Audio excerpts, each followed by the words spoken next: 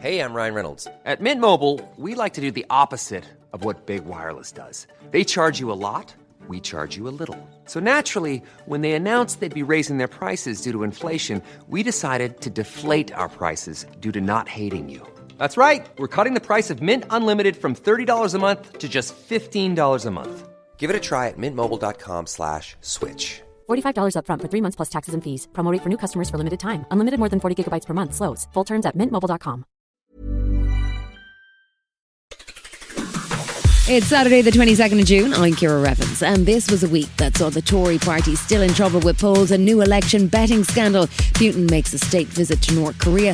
Post Office apologises again, and RIP screen legend Donald Sutherland. Grab a cup of something hot, put up your feet, and get up to speed on the 7 biggest stories of the week. This is the Standout 7 from the Smart 7. It's news, but not the news. It's been another rough week for the Tories, with a Telegraph poll from last weekend putting them down 4 points at 21% of the vote share and predicting they'll win just 72 seats at the general election. It came just days after a YouGov poll ranked the Tories behind Nigel Farage's party, Reform UK. It's all led to Reform UK leader Nigel Farage declaring himself the leader of the opposition and claiming that the Tory brand is done. Political scientist Sir John Curtis said PM Rishi Sunak must be seething. Conservative support is now at its lowest ever in British polling history. Mr Sunak, whose own personal ratings have clearly fallen, must be beginning to doubt his decision to call the election early. With no sign of a turnaround in the Tories' polling fortunes, the focus from the government party at the start of the week appeared to have switched to preventing what they're calling a Labour supermajority. Defence Secretary Grant Shapps did the media rounds on Monday and was one of the first senior Tory ministers to accept that it is now unlikely that the Tories can win the election. I'm entirely realistic about this. I know that we are the underdogs, but I still believe that it is possible for us to win. I also believe it would be incredibly dangerous for this country to give a blank cheque to Starmer. Labour leader Sir Keir Starmer was on the campaign trail in Hampshire, and he said his focus is to make sure that the UK doesn't find itself in another cost of living crisis under a Labour government. I know what it feels like not to be able to pay your bills, and that's the position too many people are in now. We're having to take on a second job, or cancelling a holiday, not having a kid's birthday in the same way, or even walking around the supermarket looking at the price of some of the stuff and deciding I'm not going to do that this week. They may not seem like big things, but they really bear down on people. So we have to change the economy to make sure that never ever happens again. If you're keeping count, we only have just over 2 weeks until election day, and then all of this campaign stuff will go away. But until then, Tuesday was another day of battling buses on the campaign trail as the Tories made moves to bring back Boris, in written form at least, to help them win over those wavering Tory voters who are drifting towards reform. Prime Minister Rishi Sunak was in North Devon attempting to herd sheep with Lord Cameron, but he wasn't focused on agriculture. He was thinking about immigration in advance of Tuesday's 7-way TV debate. He insisted only the Tories and the Rwanda plan can tackle rising net migration numbers. I'm the one who gets that this is an issue. I'm the one that's got a plan to do something about it. Keir Starmer doesn't, and that's a choice for everyone who cares about this issue at this election. Labour leader Sir Keir Starmer was also speaking about migration on Tuesday, but he's focused on tackling the small boat problem at the source. The only way to stop this is to smash those gangs, and that's why we will set up our Border Security Command. This will be a new command with new powers, working with others to smash these gangs. There was good news for the economy on Wednesday as inflation finally fell to the Bank of England's target level of 2%. That's the first time in 3 years that inflation has been at the 2% mark, but it's not clear whether it'll be enough to see an interest rate cut from the Bank of England on Thursday as price rises in the services sector remain high. Reducing inflation was one of Rishi Sunak's 5 key pledges, and Chancellor Jeremy Hunt was keen to claim credit for the Tory policies that helped to bring it under control. A year and a half ago, we had higher inflation than nearly any other major economy. Today, it is lower, and that shows the difficult decisions we've taken have paid off. That would not have happened under Labour. Labour's Shadow Chancellor Rachel Reeves wasn't in a mood to celebrate. However, she says families are still struggling after 3 years of price rises and that only Labour can deliver the economic growth to end the crisis. We welcome the fact, of course, that inflation has returned to its target, the first time in nearly 3 years that it's got there. But unlike Conservative Minister ministers. I'm not going to claim that everything is fine, that the cost of living crisis is over. I know that the cost of living crisis is still acute for many families. Inflation aside, there was no good news for Prime Minister Rishi Sunak on Wednesday, with several new polls showing that the Tories continue to face historic losses, and one poll suggests that even Rishi's own seat is at risk. The PM made an appearance on LBC, taking calls from listeners on a range of topics, including the massive donations to his party by Frank Hester, who's been accused of racist remarks. He also faced questions on food banks and whether or not the government has done enough about the rental crisis. We've done other things to help renters, notably abolishing rip-off tenant fees, which was something that actually as a junior minister I was partly responsible for, which has made a big difference, saving people hundreds of pounds, but also improving the quality of rental accommodation, making sure there's appropriate regulations, safeguards, local authorities, councils given the powers to make sure that the quality of those homes is improved. Yeah, I think that simply isn't true. I'm a renter. I wouldn't say anything has improved, and yeah, frankly, I think you're lying through your teeth a bit. And if that wasn't enough, during the week the news broke that it seems that a number of senior Tory figures placed bets on the date of the election before Rishi's rain-soaked announcement. And the inquiry has now seen the director of the Tory campaign temporarily step down from his role. Labour leader Sir Keir Starmer says he would not tolerate similar behaviour from his team. This candidate should be suspended. And it's very telling that Rishi Sunak has not already done that. If it was one of my candidates, they'd be gone and their feet would not have touched the floor. Levelling Up Secretary and soon-to-be former MP Michael Gove was doing his best to defend his colleagues in the peculiar situation. Odd things happen in campaigns, odd things happen in politics. There are very human lapses by individuals.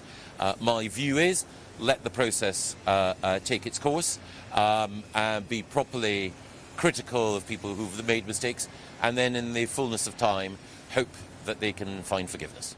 A string of polls this week suggested that the Tories are now facing a potentially historic wipeout on election day, which is less than 2 weeks from now. One poll from the Telegraph saw a projection of over 500 seats for Labour and as few as 53 for the Tories. That poll also suggested that Rishi Sunak could lose his seat. Professor John Curtis was pulling no punches in his analysis on BBC Radio 4. In terms of vote share, the Conservatives are at the moment heading for their worst performance since the First World War, since the advent of the mass franchise by a country mile.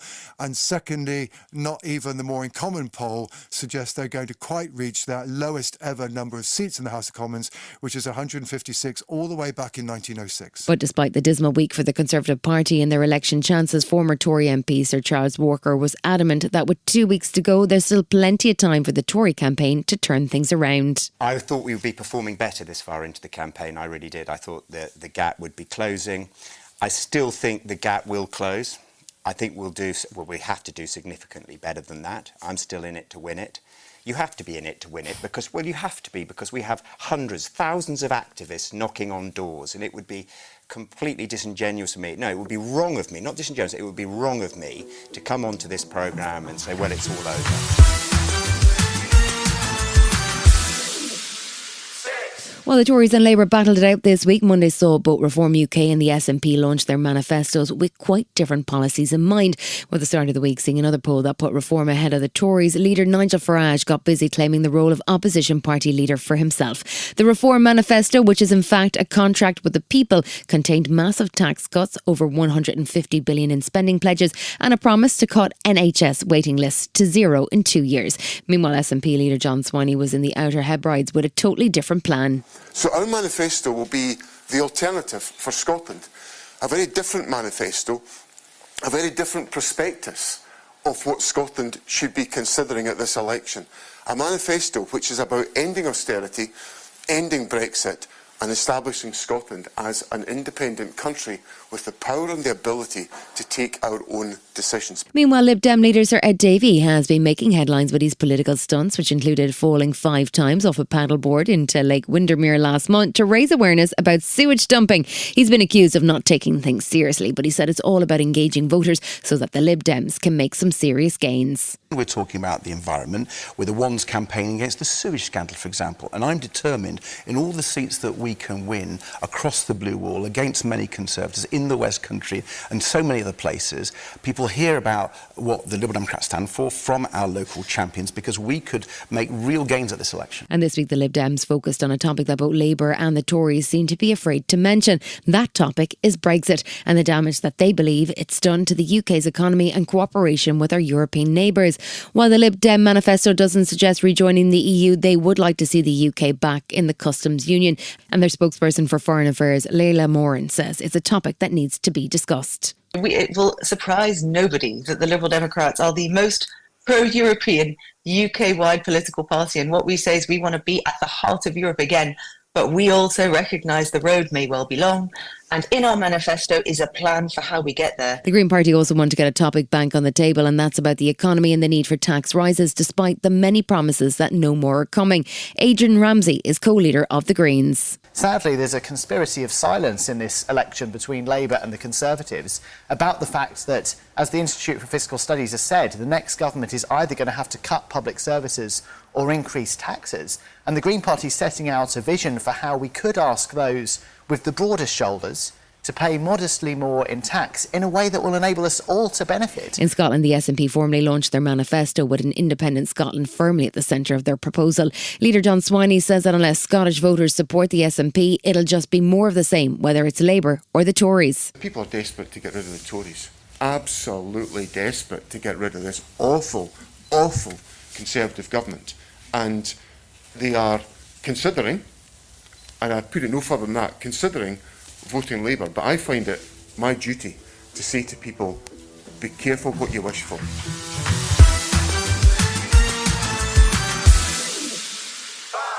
Ukrainian President Zelensky's had a whirlwind June so far, visiting 12 countries across 2 continents over the last 3 weeks to meet with various world leaders. After a brief stint in Italy last week for the G7 summit, he capped off the world tour last weekend with a trip to Switzerland for the Ukrainian Peace Summit at the Bergenstock Resort.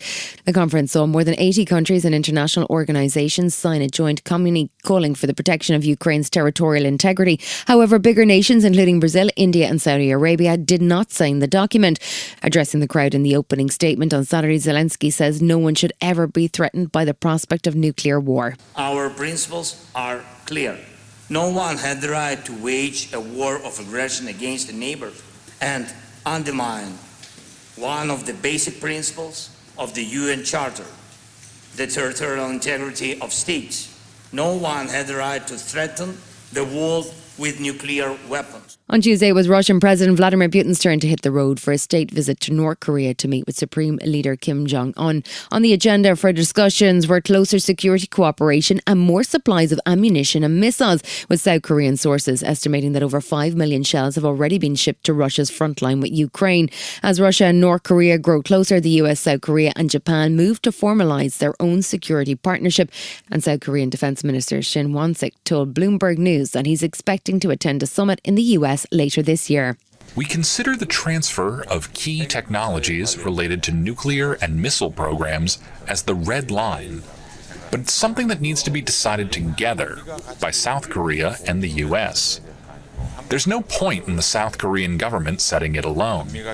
So we are having discussions to decide with the US and share with like-minded countries. When he arrived in North Korea, Russian President Vladimir Putin got a full state welcome.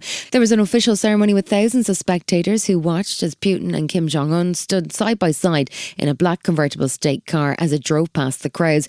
Putin also gifted a luxury Russian car to the North Korean leader and took him for a spin. In pursuit of the new close relationship between the two countries, both leaders signed a comprehensive agreement that included a NATO-style mutual defence pledge. Kim Jong-un described the agreement as peaceful and defensive, and Putin, who is to visit Vietnam next, criticised what he called politically motivated sanctions against both countries. He also had a warning for NATO allies who were supplying equipment to Ukraine. I would like to draw your attention to statements of the United States and other NATO countries on the supply of high-precision weapon systems of long-range capability.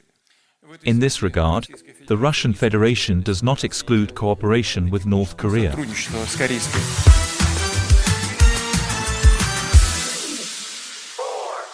With no sign of progress towards agreement on the US ceasefire proposal in Gaza, Israeli Prime Minister Benjamin Netanyahu has been coming under increasing political pressure at home. Last week saw Benny Gantz quit the war cabinet, and Monday saw Netanyahu dissolve it altogether in a bid to stave off a new political threat from the far right. The move comes amid growing discontent over how the war in Gaza is progressing and what the endgame should be, and leaves control of operations firmly in the hands of the Prime Minister. With pressure increasing from international allies too, former Israeli PM Ehud Olmert says that the emergency coalition government can't have long left in power. Sooner than later, the distrust and the growing questions coming from participants in the coalition and the rioting and demonstrations in the streets will eventually topple the government. It's just a matter of time. Still to come in the Standout 7, more apologies from the post office and the death of a screen legend. Right after this. Ryan Reynolds here from Mint Mobile. With the price of just about everything going up during inflation, we thought we'd bring our prices down. So to help us, we brought in a reverse auctioneer, which is apparently a thing. Mint Mobile Unlimited Premium Wireless. How to get 30, 30, bit to get 30, bit to get 20, 20, 20, bit to get 20, 20, bit to get 15, 15, 15, 15, just $15 a month? Sold! Give it a try at mintmobile.com/switch. $45 up front for 3 months plus taxes and fees. Promo rate for new customers for limited time. Unlimited more than 40 gigabytes per month. Slows full terms at mintmobile.com. Welcome back. The Post Office had to make a fresh apology to sub-postmasters on Thursday after it emerged that a data leak had exposed the names and addresses of the 555 people it had pursued during the Horizon IT scandal. The data was shared in a document on their website, and they both apologised and reported the breach to the Information Commissioner. It wasn't a good day for the Post Office as the inquiry continues after a week of testimony and forensic accounts. Thursday saw Post Office investigator Graham Ward recalled to go through his testimony in more detail after it emerged that he deleted a key phrase from an expert witness's testimony in a case that saw a sub-postmaster convicted. He was put under serious pressure by the newly crowned Barrister of the Year, Jason Beer KC. In what way is reviewing a statement consistent with putting a line through something and deleting it? I can't explain that. I really can't. But my intention was absolutely not to have anything deleted from that statement that Mr. Jenkins wasn't happy with at all.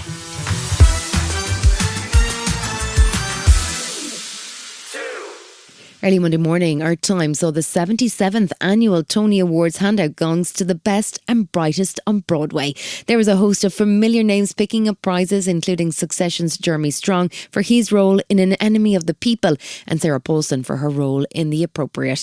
A musical about a British rock band called Stereophonic had made history as the most nominated in Tony history, and it picked up 5 awards on the night. Close behind was Merrily We Roll Along, which got 4 awards, including one for Broadway favourite Jonathan Groff and former Harry Potter star Daniel Radcliffe. He was delighted and surprised to get the recognition. When I finished Potter, I had no idea what my career was going to be. I'd already started doing some stage stuff, but I didn't know what the future held at all.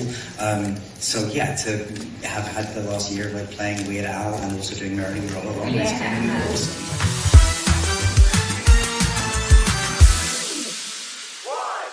The actor Daniel Sutherland has died at the age of 88 after a long illness. The Canadian star won an Emmy and 2 Golden Globes in a long career but was never nominated for an Oscar. He had a habit of choosing unusual and distinctive roles in what he called his meandering little career, but he was much loved for his appearances in movies such as MASH and Mr. Bennett in the 2005 version of Pride and Prejudice. His son Kiefer Sutherland was among those to pay tribute to the man he called one of the most important actors in the history of film. Donald was a passionate anti-war campaigner and took his recurring role in the Hunger Games in part to help wake a new generation to activism. Young people have to get out. You have to get out and change things. You really do. And it's up to you. We've wrecked this world, and if you're going to fix it, you got to do it now. You've been listening to The Smart 7. We'll be back tomorrow at 7 a.m. Hit that follow button and have a great day. Give us 7 minutes and we'll give you... Hi, I'm Daniel, founder of Pretty Litter. Cats and cat owners deserve better than any old-fashioned litter. That's why I teamed up with scientists and veterinarians to create Pretty Litter. Its innovative crystal formula has superior odor control and weighs up to 80% less than clay litter. Pretty Litter even monitors health by changing colors to help detect early signs of potential illness. It's the world's smartest kitty litter. Go to prettylitter.com and use code ACAST for 20% off your first order and a free cat toy. Terms and conditions apply. See site for details.